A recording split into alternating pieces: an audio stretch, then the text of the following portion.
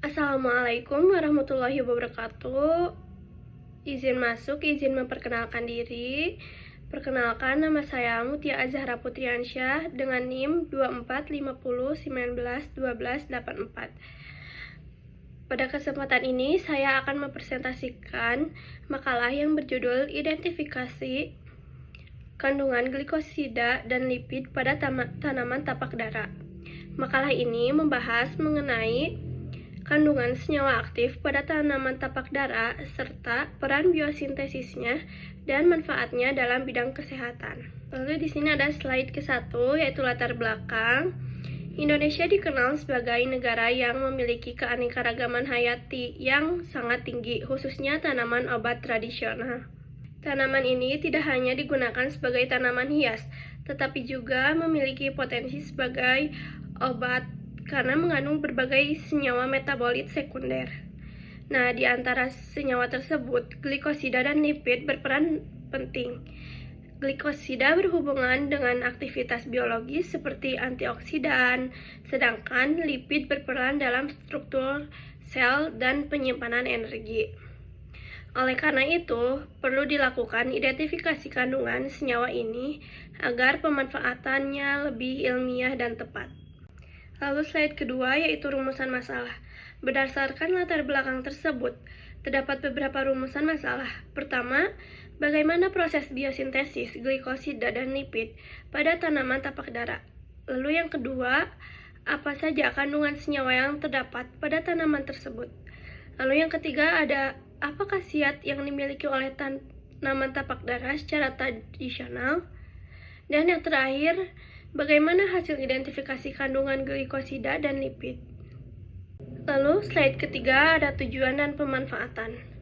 Nah, tujuan penelitian ini adalah mengetahui proses biosintesis glikosida dan lipid, serta mengidentifikasi kandungan senyawa pada tanaman tapak dara. Selain itu juga untuk memahami khasiat tanaman ini dalam pengobatan tradisional.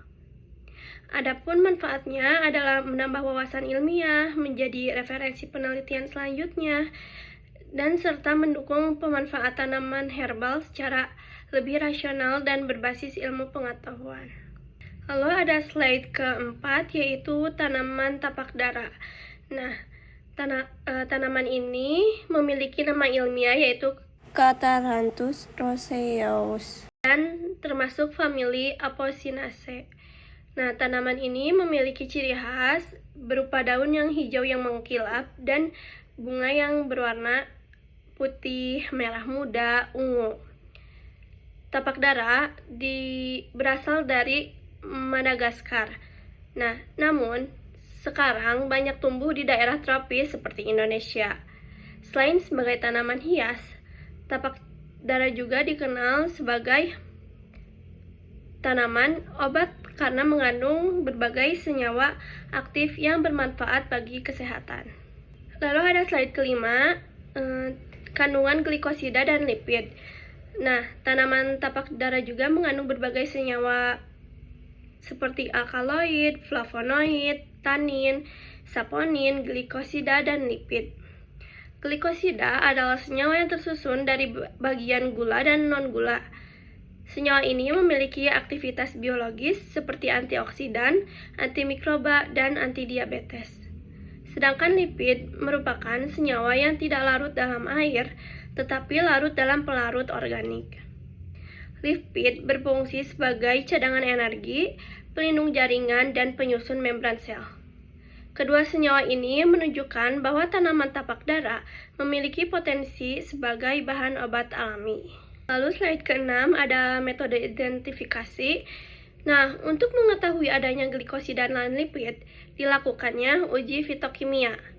Nah, pada glikosida digunakan beberapa metode yaitu uji Keller, Kiliani, uji Bromtrager, dan uji Fehling setelah hidrolisis. Uji ini bertujuan untuk mendeteksi keberadaan gugus gula dalam senyawa. Sedangkan untuk lipid digunakan uji noda tembus pada kertas, uji Sudan 3 atau 4, serta uji kelarutan dalam pelarut organik seperti ether atau kloroform. Melalui uji ini dapat diketahui apakah tanaman tersebut benar mengandung senyawa yang diinginkan. Lalu slide yang ke-7, yaitu biosintesis. Nah, biosintesis glikosa ini terjadi melalui proses penggabungan molekul gula dengan aglikon menggunakan enzim yang disebut glikosil transferase. Proses ini biasanya berasal dari metabolit sekunder seperti fenol, terpenoid, atau alkaloid. Sedangkan biosintesis pada lipid dimulai dari asetil-CoA yang kemudian membentuk asam lemak di dalam plastisida. Selanjutnya, asam lemak akan diubah menjadi trigliserida dan fosfolipid. Lipid ini berfungsi sebagai cadangan energi serta komponen utama dalam struktur sel. Lanjut yang ke slide 8, yang terakhir itu kesimpulan dan khasiatnya. Secara tradisional, tanaman tapak darah ini digunakan untuk berbagai pengobatan, seperti menurunkan kadar gula darah, tekanan darah, meredakan demam, mengobati luka, serta mengurangi peradangan.